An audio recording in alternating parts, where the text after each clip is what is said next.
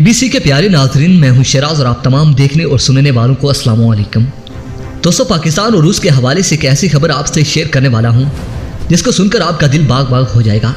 दोस्तों, खबर यह है कि पाकिस्तान और रूस में बहरी जंगी मशकें कराची में होने जा रही हैं, जिनको अरबियन मानसून 2021 का नाम दिया गया है। इन मशकों की अहमियत का अंदाजा आप इस तरह से लगा सकते हैं कि भारत की चीखें बॉर्डर पार भी सुनाई दी जा रही हैं। इन मशकों में रूस के 3 खतरनाक बहरी जंगी जहाज हिस्सा लेंगे। दोस्तों, ये वही बहरी जंगी जहाज हैं जो कि अमन मशकों में हिस्सा ले चुके हैं।